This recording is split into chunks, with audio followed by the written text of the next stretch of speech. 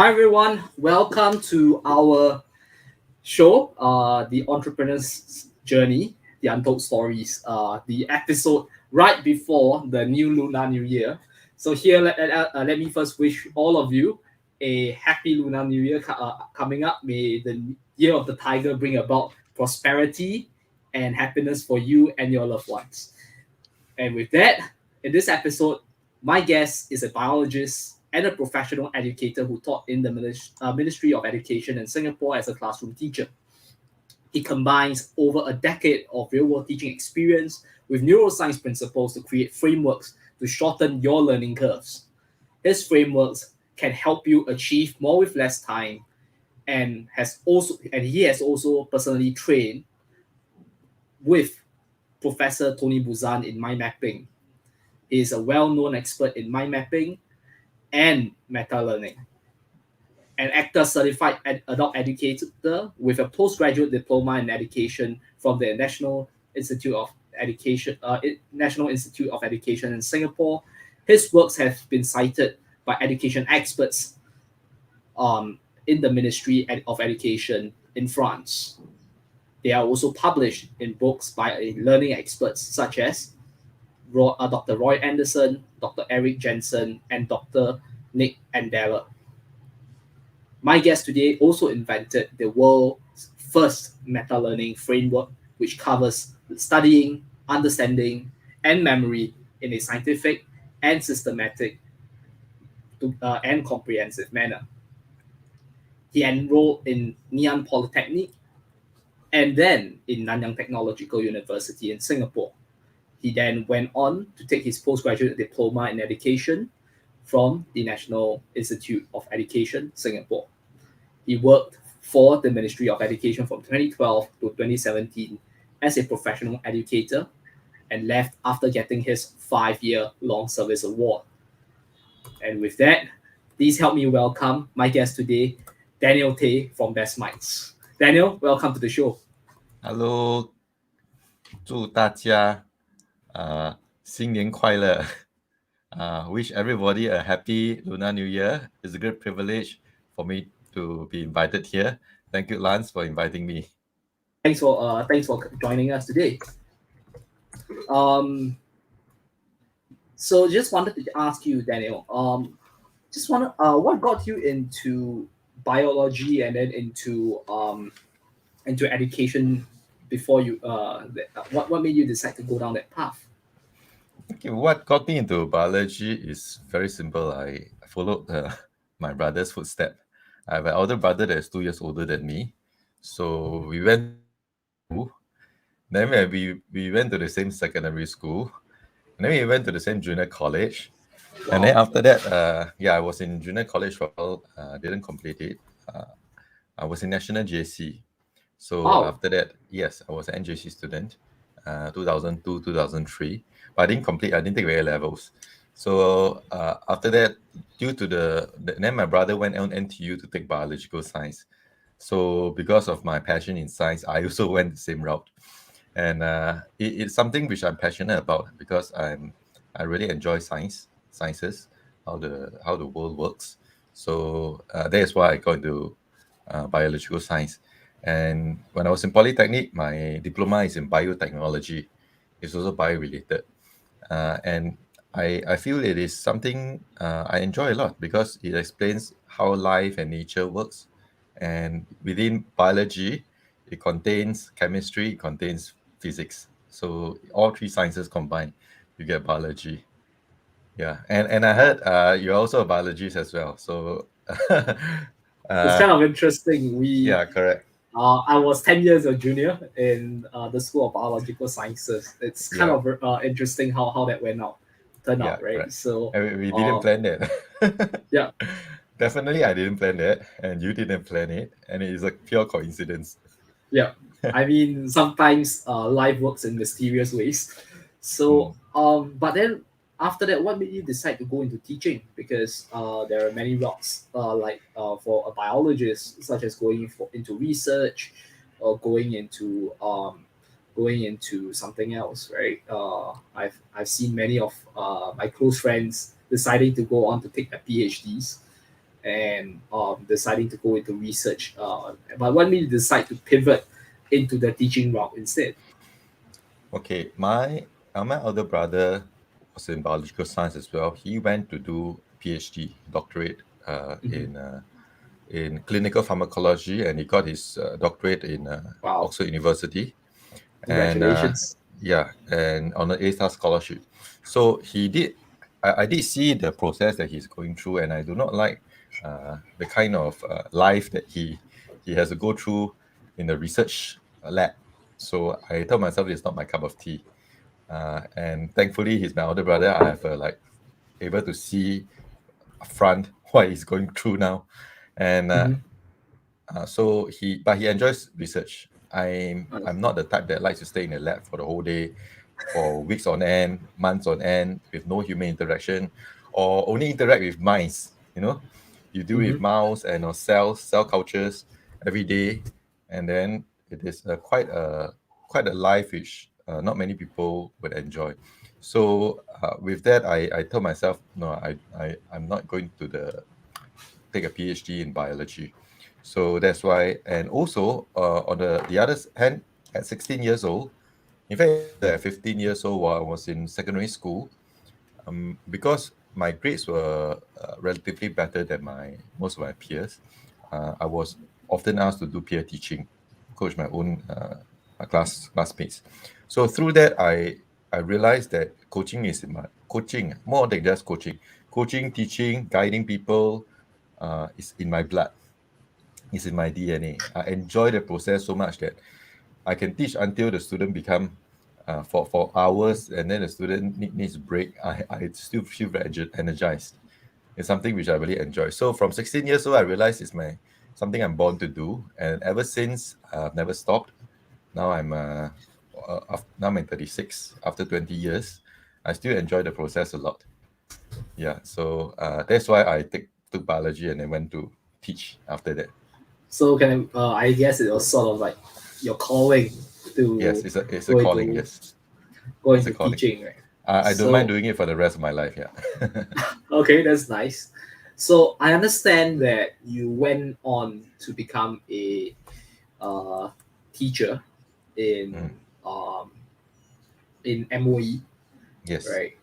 And then I also understand that you left after 5 years. Yes. What made you decide to take the leap of faith to leave a pretty what Singaporeans tend to call an iron rice bowl, right? I mean, it's something that uh, some people will say. Those people actually say like you are crazy.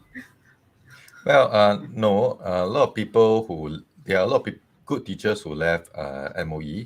MOE, in fact, is a organization with the largest number of public servants in the whole Singapore, even more than SAF. They have 33,000 full-time education officers. Yeah, there are more teachers than regulars, MINDEF regulars in the government. So it is a very, very large ministry, and there are many talents inside, many good people. Of course, with a big workforce, there will also be outliers, and not everybody is the best fit into the organization. Like for me, I like to do things my way. Uh, I like to think out of the box. Sometimes I like to question protocols, procedures, and that is not a very good fit in a public service or in the civil service. Yeah, so I realized that I have a better maybe I would be happy outside the civil service. But one thing I will really want to be grateful for is my mentors, the people who have guided me for the 5 years when I was in service. I mean, they have really transformed and helped me grow a lot during that 5 years. So I'm internally grateful for them. I always keep in touch with them, and they remain my mentors. Uh, I, I see people who have here I can give a shout out to Mrs. Mrs. Lim, Mrs. Singh, and my first principal, Madam Kit. They are all very patient people who guided me when I was a beginning new teacher, and that made me uh, taught me that learning is always a life journey. Even for teachers, we must keep on learning. Yeah. Wow, that's a very interesting situation, interesting perspective there. Um, and then I understand after that you went on to take your ACTA. Yes. After MOE, I went into the ACTA. ACTA stands for Advanced Certificate in Training and Assessment. Now it is being renamed ACLP, which is Advanced Certificate in Learning and Performance. So essentially, ACLP, it is the updated version of ACTA. I completed ACTA in 2017, about 4 years ago. And because I want to pivot to teach more than just students, children, teenagers, I want to also teach adults. So the baseline qualification in Singapore for teaching adults is to have this ACTA certificate. Now with this ACTA, I would say fully qualified to teach people from age 8 years old to age 81 years old. Yeah, and in one of my workshops, I had an 81-year-old student. Her name is Dr. Amana Tan, which gave a very good testimonial after attending. And I'm very happy to be able to add value to people even in their age group. Wow, that's really interesting. I mean, yes, really. I mean, I've attended your workshop before, and I can tell. I can give a shout out to you right now if you don't mind. It's really helped me in terms of shortening my learning curve. I jumped into finance without knowing without a degree in finance. Uh, I got into I got into the markets without really understanding how the markets worked. And then using your techniques, I actually started to understand a lot of the very complex derivatives that um, the bankers in Wall Street actually use to generate that kind of quote unquote crazy returns and maybe the financial crisis. Um, right. So thanks for that. I really appreciate that. And I think some of the photos that I see here, I think there are some of your works that you shared with us, and I'm pretty sure that they are quite well known around the world. Yeah. For example, some of these books, right? Yes. Um, and when you do a search on Google with your name and Mind Map, I see that. So this was I believe that this picture was the one from the Ministry of Education from France, right? So maybe you want to share with me a little bit, share with the viewers here a little bit more about what got you in touch with the MOE for France Okay. and This is what interesting. led to this. I didn't get in touch with them. They got in touch with me. Oh, So that's interesting. yes. So what happens is we've been drawing these maps in 2012, Mhm. 2011. Actually, after Tony Buzan came to Singapore, he conducted the first ever mind mapping course for Asia. So I was Wow. in the pioneer batch of mind mapping instructors, and in that batch, I was also the youngest back then. Wow. So it was well over 10 years ago, and after that, I also created quite a lot of maps on my own. They are all Mhm. created without any commission. Means that I'm not paid to do it. I do it because I love to do it. So after a few hundred maps, and then I just publish it free online. And there are people who manage to stumble across it online and drop me a message because all my maps contain my email and my signature, my stamp. So I got hundreds of emails from all over the world, Wow. including principals from US, Israel, China, all the way, I think even Canada. Yeah, these are the countries where they email me and then they ask me, hey, can I have a permission to use this map to as a poster in my school? So these people overseas, they really appreciate my work, and I just give them permission to do it. And so I didn't earn a single cent from all this. I feel it is something that is helpful, especially this particular one is one of my most, I would The one on the say, screen right now. yes, the one on the screen right now. Most requested update, requested work from overseas and even locally. Locally, CPF board. There was one CPF board did advertisement on YouTube and on television. So in the advertisement, very interestingly, they created a mock-up classroom, a simulate mock-up classroom. And when I was watching the advertisement, I saw something very, very familiar. And then because it's a YouTube video, so I managed to pause, and then I realized that, that is my work. It's part of the decoration of their mock-up classroom. So CPF actually used my work to decorate the mock-up classroom, the ideal classroom. But the thing is that they didn't inform me prior. they just took it off the internet and used it. Yeah. Wow, So my goodness. well, I don't know whether to laugh or to to to say that, hey, how come you all didn't ask permission? But anyway, your work must be good before the people will take True. and put it in the classroom. I mean, It does bring about a yeah. testament to your capabilities, Well, especially this in this field. yeah, and this fair is very interesting because in my first posting school, the HOD Mhm. of English actually said, okay, this one I want to make it up into a big poster and laminate it to give to every classroom. So because verbs is the most important word class in English language, so this is something that I am very glad that it has helped my own school, my own posting Mhm. school, that my colleagues actually used it to help in their lessons. So when it's come to sharing of my works, actually I'm very liberal. I didn't really care whether I get compensated or whatever. If they find it useful, they just use. Then I realized that now I'm out in the private market. Uh, it has been overused already lah.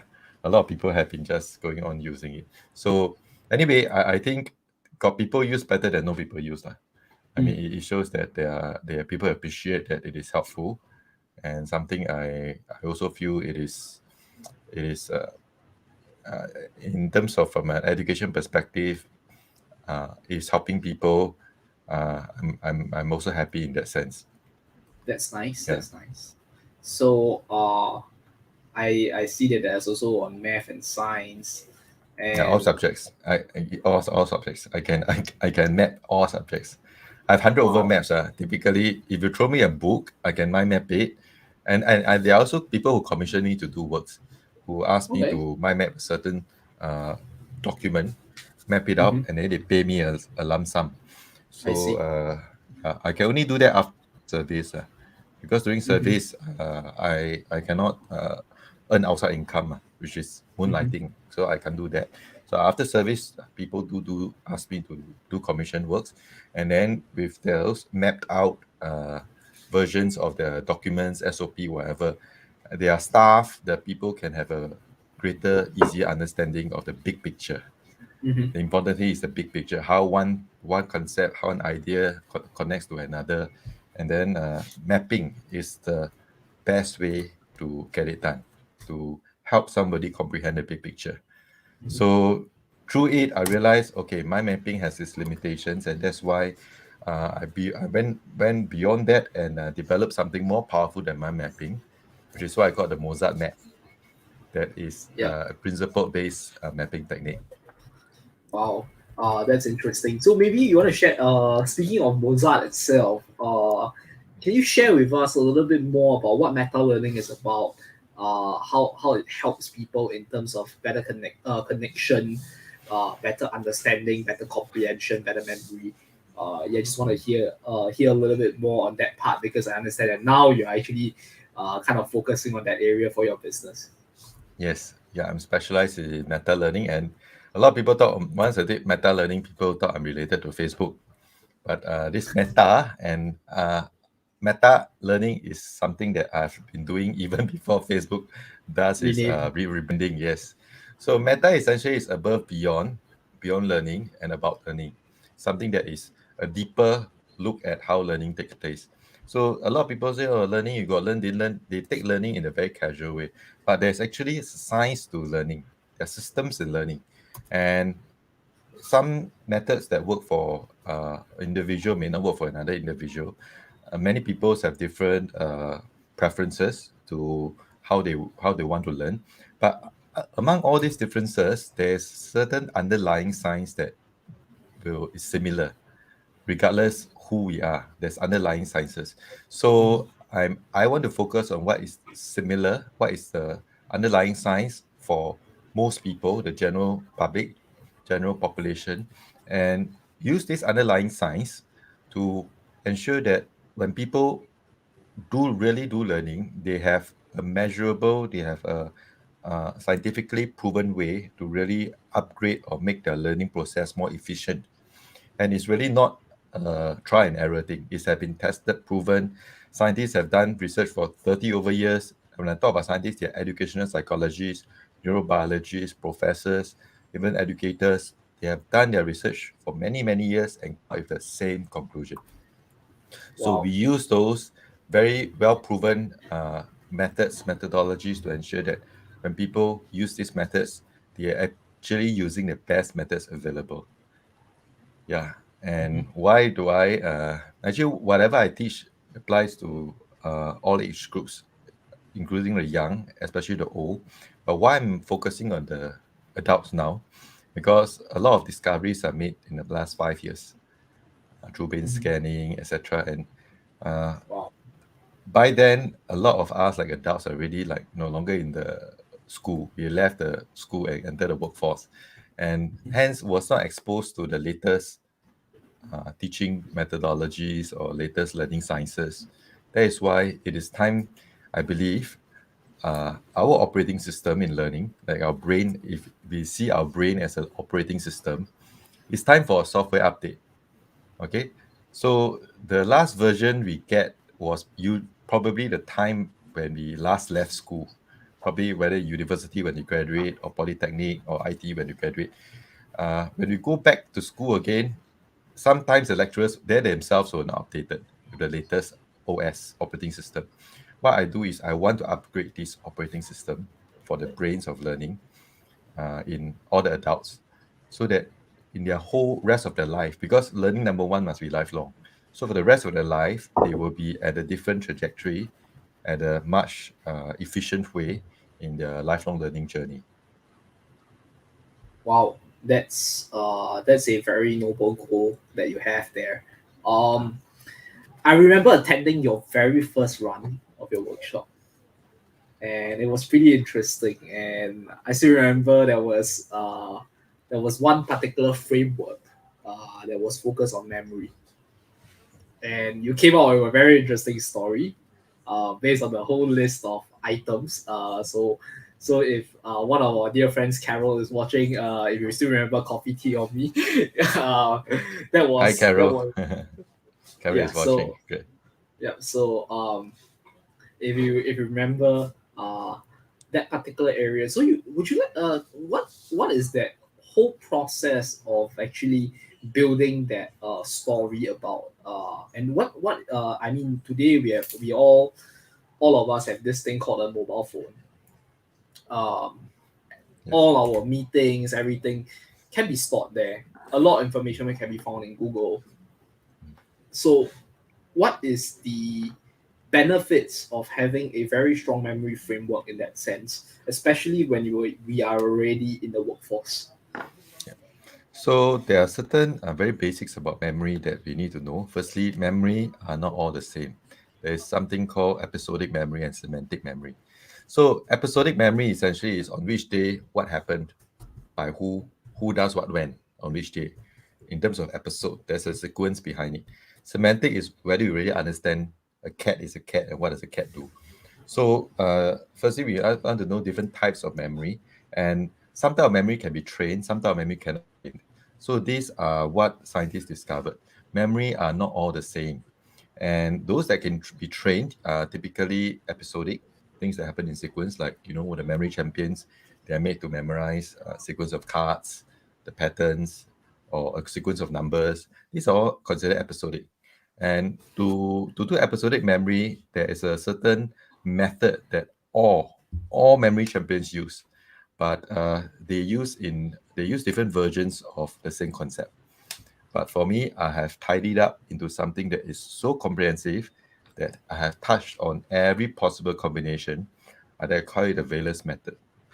So I can say it very confidently that if the Veles method doesn't work, no other method works, because the Veles method has comprehensively covered all the memory techniques that is discovered so far. And of course, I'm not talking about those outliers with hyperthymesia, which is a condition of never forgetting anything on any day. So there's a condition called hyperthymesia. They can't forget. They remember something 10 years ago, on which day they did what, whether it was a rainy day, sunny day, exactly everything in vivid Wow. detail. So that is actually a curse. It's not really a Wow. blessing. I mean, these people can at least be. I mean, if they are being called to the table or on a in a court, I'm pretty sure they will hold a lot of weight since they can't forget Yeah, anything. they can't forget. But But it's quite painful if it's well, especially if it's correct, a correct. traumatic situation, right? Yes, and to put it this way, naturally our brain, that is why we call him their outliers. Mm-hmm. Naturally, our brain's ability to forget is actually a blessing to us, because through life we go through ups and downs, right? There's always traumatic, unpleasant experience which we want to forget, and our brain's ability to forget helps us move on in life and keeps us sane and happy. So forgetting things is not really a bad thing. But the sad thing is when you forget the important things at the wrong place at the wrong time. That is the thing that we don't want. And that is the reason why I'm here. If your handphone is not around, or sometimes the situation, the context don't allow you to stare at your screen all the time. Or battery Uh, flat, lah. Easier. or battery fat, yeah, battery fat. Do you become totally handicapped? Or you're giving a presentation, you keep saying, wait, I take up my handphone and read from the screen. So there are cases in the corporate world, working world, where having a decent amount of memory or working memory is very important for you to uh, convince a client, convince your prospects to buy your service or to engage you, so that you can do business, you can earn more, you can become more effective as a worker, as a manager, as a business person. There is a combination of good memory and trained memory.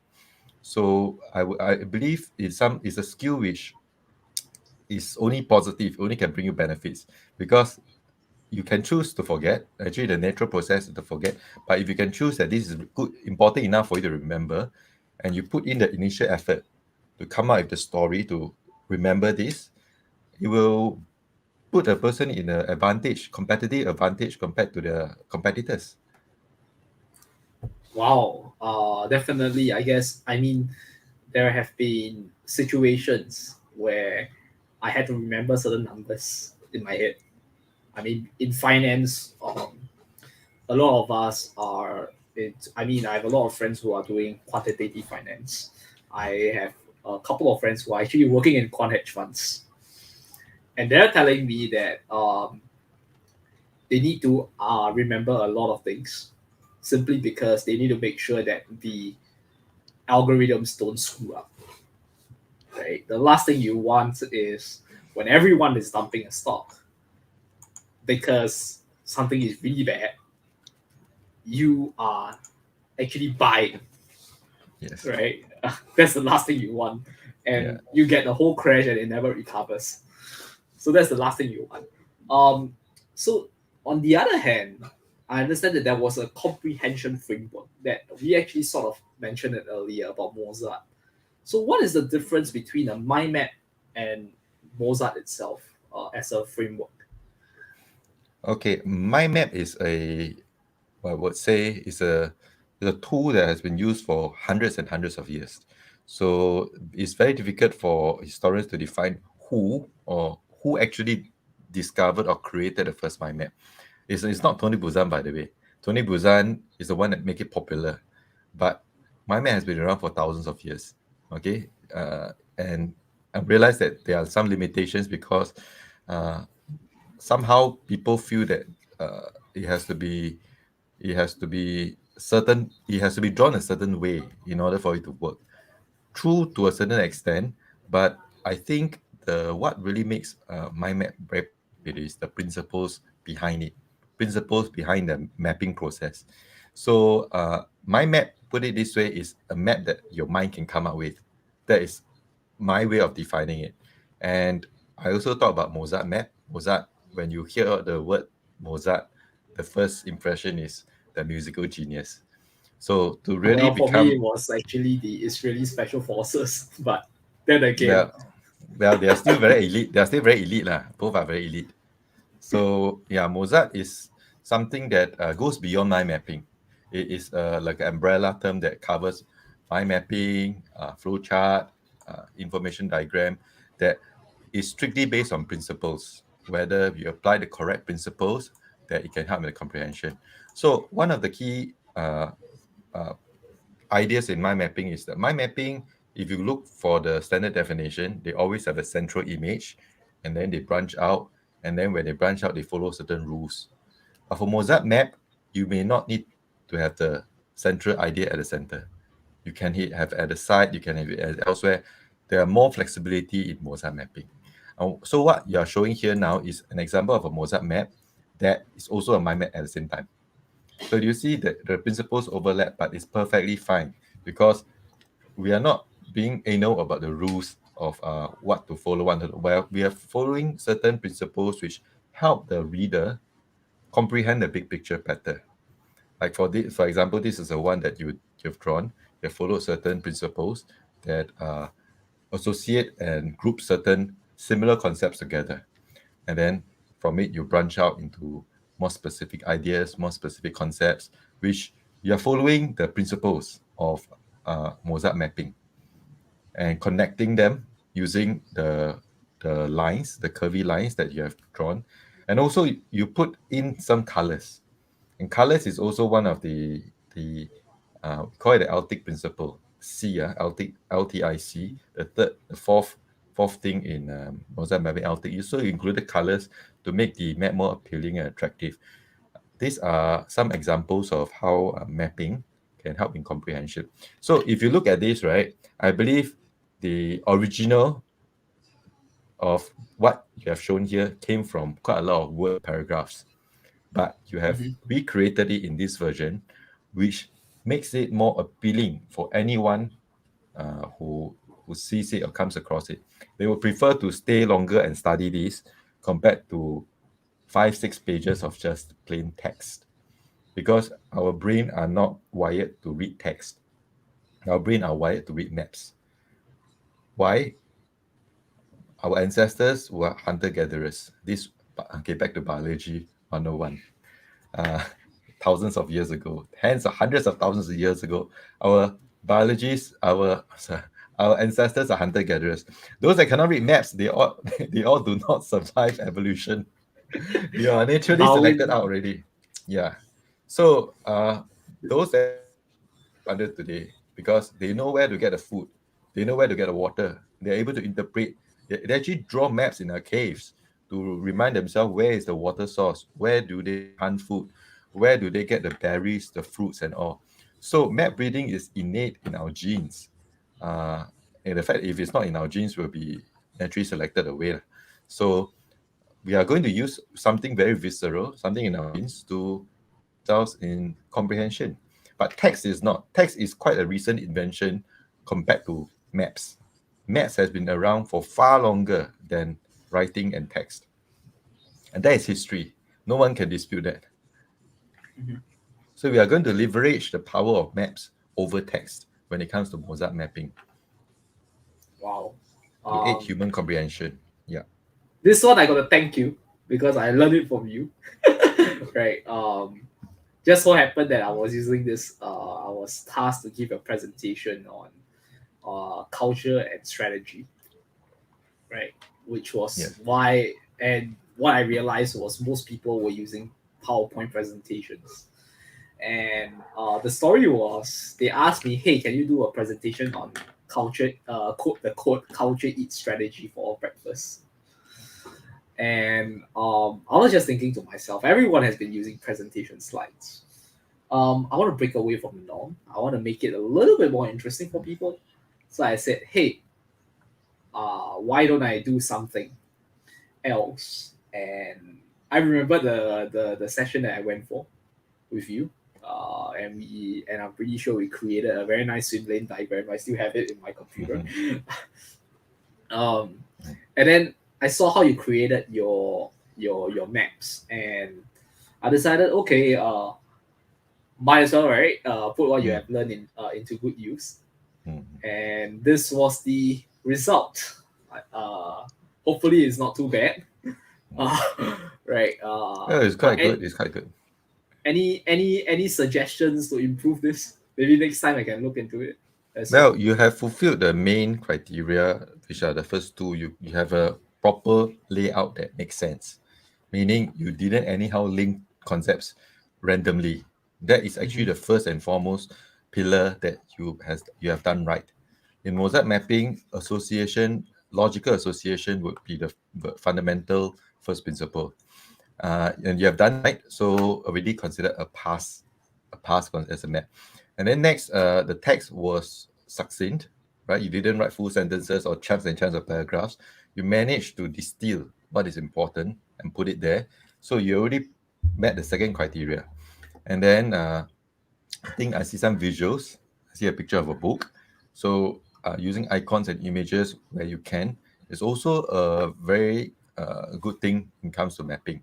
So maybe fancy and there, but because you did it digitally, it's harder to doodle. So if you have it live, right, you can draw it out. You can doodle, make some doodles, make some cartoons, which will help you encode this map better. Because drawing cartoons helps better than just writing words. So if I draw a dog compared to write the word dog, D-O-G, I will remember my own dog cartoon better than the word dog. Because a picture speaks 1,000 words, it really does. And it reminds me of something very interesting. I remember you saw you showed a picture of me with DPM Heng Swee Kiat earlier. Yeah. That was when I was in Very cool that NIE. Yeah, correct. Because I had quite a few interesting private conversations with him before. And I don't know whether he allows me to share the private conversation, but this is nothing sensitive. I remember he once told me a picture speaks 1,000 words. And he told me, please see it in a more holistic way. You see it in 1,000 words, it can be a positive words or negative words. It may not be always positive. So, but it is always true. A picture always speaks 1,000 words. And I do remember asking him a question as well. Back then, I think it was 2011 when he was a VIP. 2011, Mr. Lee Kuan Yew came for his last public dialogue with students. And I was one of the student leaders in the exco organizing the talk. And so he was also one of the invited VIPs. Of course, if he's a VIP, Lee Kuan Yew is a VVVIP. So after the event, we had a chat, and I did ask him a question because back then he was already education. He was still education minister. It was 2011. He was just appointed education minister by Prime Minister Lee Hsien Loong. So I asked him if there's one value, not one value, if there's one thing, one skill that students in the next century or this century cannot live without, that they must learn. Every student must learn. What would that skill be? Do you want to guess what his answer was? That was 2011, more than 10 years ago. And until today, I still, if you think critical thinking itself, critical thinking is not wrong, but that was not his answer. Okay. Yeah. So you want to have other guesses? Wow. This is getting interesting. I really something he actually spoke to not just me, actually a group of students, because communication. we are surrounding him, and I asked the question. He was surrounded by students. I was someone that asked the question. Communications also no.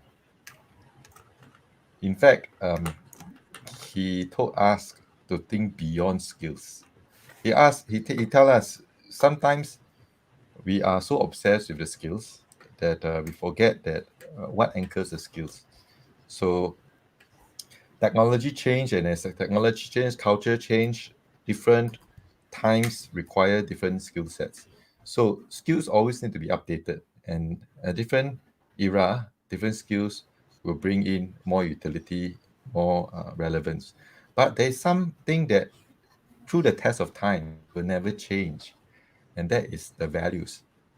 Values will never change. So he said, don't be obsessed with skills because skills will get obsolete. Focus on values because values, once you have that, is with you for the rest of your life. And in particular, the value of lifelong learning. Lifelong Mhm. learning. So that really stunned me because I asked for skill. He told me the skill, put it out the window. Think about the value of learning for life. That itself will make sure that your skill is always updated. You see how beyond the question he's thinking not just at the surface, he's really thinking Mhm. way beyond that. So well, that blew me away about his cerebral power. Yeah, and Okay. he's not somebody that answers superficial. He's a philosopher. Yeah, Yeah, it is and indeed. You know, I think there's a question I saw popped up. uh someone actually was Ability to trying. learn things. Angeline Was here. that? Hi Angeline. Yeah. The ability to learn things fast. Or if that was his answer, it would be a level 1 answer. His level Okay. 10 answer. But it's not wrong, learning things fast Mhm. make us competitive. Make us Mhm. competitive. But it's not critical for, um, well, sometimes some people learn things slowly. It is nothing wrong with that. The thing is that they still learn. Yeah, I believe learning fast help you become more competitive, but we do not wish to measure people just by how fast they learn things. Yeah. Interesting. So, I have another interesting Mozart map that Mm, I've seen previously. Before that, I didn't know what it was. mm, They call it the disruption map. Maybe mm, I'll just pull it out on the screen again. mm, Um, yeah. So they were talking about, okay, now what happens if the world of cars are being replaced by autonomous vehicles? I'm not sure. Can you see the screen? Uh, it's still loading. it's still loading. Maybe the internet isn't isn't cooperating today. Uh, yeah, maybe the internet wasn't cooperating very well today. Wow, hey, Uh, this is nice. This is nice. yeah. So Yes, this is a this, Mozart map. Yes, it's a Mozart map. so he was saying, so it was actually saying that, look, there are a few things, right? The first is you don't drive, you're doing Mm-hmm, other things. So does that mean mm-hmm, entertainment will go up? Does that mean mm-hmm, the revenues for Netflix will actually increase? Um, Also, in terms of traffic laws, how would it change? Would people be now allowed to drink and drive at the same time? So does that mean that the sale of beer actually goes up? Right? Insurance. Then on the other side, we talk about accidents going down. Uh, Less people going to the emergency room. Less fatalities. What does it mean for the population? And then you have even organs. They even went down to the point of organs at the black market. So I think so. It actually went many layers down, and this one I got to give credit to this gentleman by the name of Pascal Finet from Singularity University. Uh, I first met him during a course in the US, right? And he was talking to us about disruption and spotting new signals. Um, and and this was an example that he threw up for us, kind of like what's the first order effect and then what's the different second order effects, and thinking deeper, and Yes, from there you create new potential ideas yes, for a new yes. business. So this was what he was trying to do, and I thought it was really useful, It especially is, it when is. people are telling us, hey, this is what we're looking at, and um, it actually comes to us when we look into it. We actually think to ourselves, hey, what does it mean for this industry? What are the different effects that happen? What are the knock-on effects? And then how does that affect the other industries down the road? What are the different areas of disruption in different industries we can be looking out for, because um, it's really interesting to see how things move forward. So on that point, I just want to hear your thoughts on the future, the future of education, the future of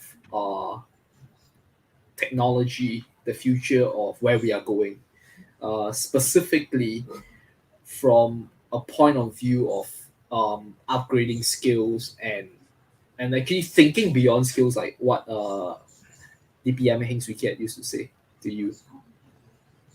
Well, there is something very interesting which I probably want to give a perspective on. People like you and me, I'm born in 1985. I think you were born in 1995. So back then, I think 1995, internet was still in its infancy. In fact, internet was barely consumer based. But today, 2010, those who were born after 2010, even 2005, they already born into a world of internet. So, to put it another way, that generation of people, that generation who were born after 2005, they have never seen a world without the internet. So, with this generation that has never seen a world without the internet, their learning journey will be very different from people who has seen a world without the internet. And how to educate a generation who has never seen a world without the internet? Who are those who are educating them? People like us, we older generation who has seen the world without internet, and worse, we are being brought up in the world without the internet. So Mm-hmm. we put it this way: we are not digital natives, people like us, because our young childhood, early age, we don't have much access to the internet, learn it offline. But because this generation, they learn everything online, their brain somehow will be wired a bit differently from us. Mm-hmm. And there is very little uh, evidence in terms of the current evidence for scientists still see it as a experiment in progress, because they're still collecting data currently on what exposure from day zero, which is the day you're born, to the internet does to the brain when it comes to the learning journey of a child. And then they are just waiting for it to become an adult and what happens. So preliminary data shows that there are higher incidence of mental stresses, easier to get into trauma, depression, etc. Because the problem is there's this thing called dopamine loop. Mm-hmm. Internet addiction is caused by a dopamine loop in the brain, and because of the internet, a lot of uh, younger generation who does not are not self-aware, they got addicted to it. And worse still, the parents do not know that how addictive it can be, because parents themselves are addicted to it on social media and stuff. So this addiction thing will definitely cause quite a lot of mental issues in society in general. That is why we have to really look after the hygiene of our mental health, our brain health, because moving forward, being hyperconnected, being overstimulated every day, bombarded by Mm-hmm. information every second, is going to be very tough on the brains. Our brains need to learn how to manage information better than just receiving information, because information is too easily available today. So my view is the management of information is going to be more important than how we access information. Moving forward, education is going to be a lot about self uh, discipline and less on relying on another person, because there's just too all the free information is online. And with the self discipline, a person can really pick up any skills and reach out to the specific resources to get himself to that level. And I could say the cost of doing that is almost free now. Yeah, the cost is just effort and discipline. In terms of monetary cost, it's getting cheaper and cheaper. But the bigger problem is I would say, the pandemic of mental distraction, digital distraction. Yeah, there is another pandemic that is happening in the background. COVID is the one in the foreground. The background is digital distraction. We are Wow. all That, distracted with digital devices. indeed, indeed, a lot of us are, right. You realize that most people sleep close to this thing, right? And what happens, right? Some say it will destroy your brains. Some say it will fry your brains. Some Yeah, say nothing will happen. But from what I have learned from you, one of the key issues is do not sleep near this thing, simply yeah. because it's going to affect your quality of a sleep. You know, Superman hates kryptonite, right? The Yeah. stone. So treat this like kryptonite before you sleep. So put it Wow. far, far away, like kryptonite like that. Because if you put it very near, it's going to hurt your sleep. And usually what I do is I recommend people put it in a separate room altogether, and first hour before you wake up, or when you wake up, the first hour, don't touch it. And 1 hour before you sleep, also don't touch it. Because we have survived 24 hours without the phone 20 years ago. We can survive 2 hours without the phone while we are awake. Because it is going to be very, very painful I mean, not painful, I would say not very, very bad habit if every waking second we cannot live without the phone. That means we have lost the control. We have given up control of our waking lives to the phone. And that makes us, put it this way, more of a slave to the device than we control the device controlling us. Yeah. Without us knowing it. So if you are able to really put it aside for 1 hour, 2 hours a day, you still remind ourselves that we are in control. We are able to control access to the phone. Yeah. But too many kids and adults, they unknowingly get controlled by the phone that they do not see that is a problem anymore. Wow. It caused quite a lot of mental issues because constant bombardment information without the kind of rest is and reflection, rest and reflection is not healthy for uh, brain. It's not healthy for sleep. It's not healthy for a lot of natural brain processes, which our brains are evolved to be. Because when we sleep, our brain get rid of information that we do not need. There's pruning taking place. When we are awake, we there are periods of time when we are awake that we should not be stimulated all the time. Yeah, and that is the time when we are doing reflection or we are in another state of mind. The brain enter another brainwave state, such that the brain is able to switch into I would call it a diffuse state of mind. But if you're always on the phone, the brain is very hard to switch state between the brain waves. And without the switching taking place, I would say the brain is being, let's say, held hostage by the handphone. Wow, it's interesting because a lot of us. So this is a new tip for our friends who are trying to keep your brain well in a good condition, right? So one of the key, I understand that you have a workshop coming up as well. So you want to share with us more of the details of that workshop? The date of the workshop hasn't been confirmed, but I'm opening the workshop for people who are interested to sign up, so they can leave their particulars. They can drop an email to maybe you can put. Okay, let me put my email with the.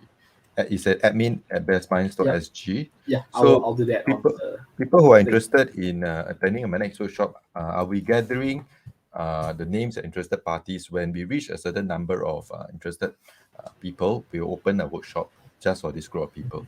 So Wow. minimum of 10 people before we will start another workshop.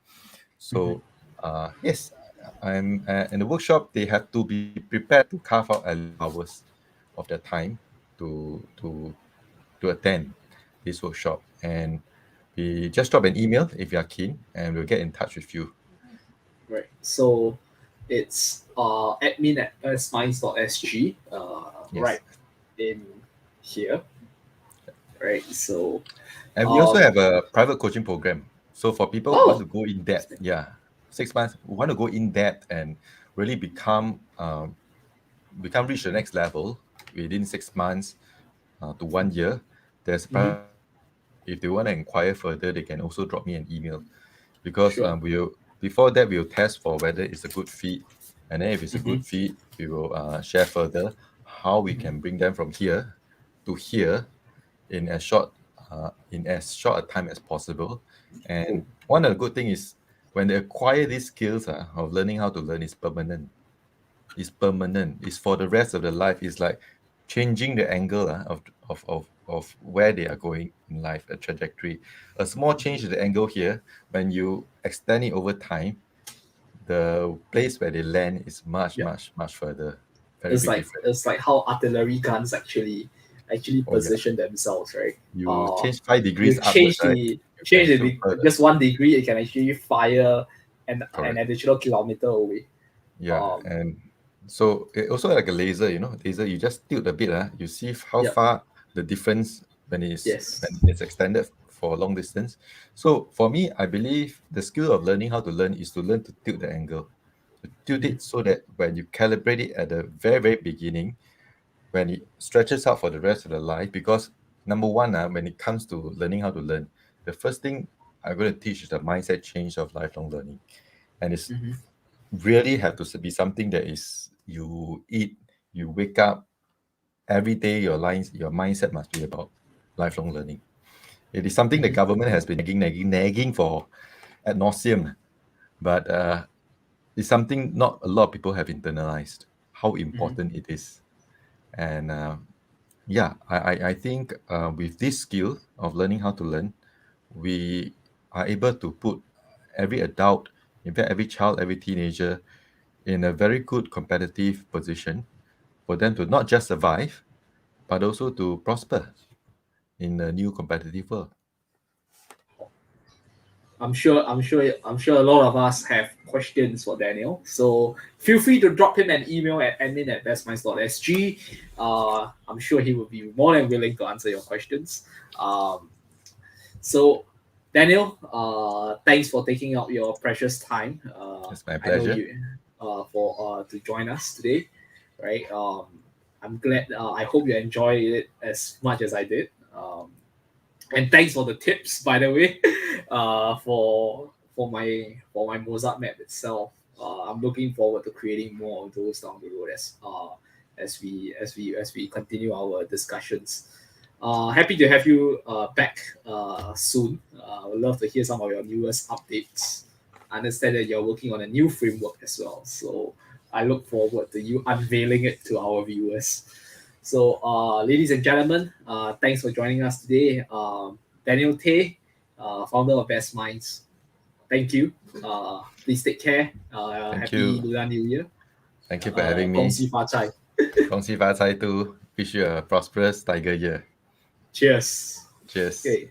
Bye. See you. Bye bye. See you. Bye.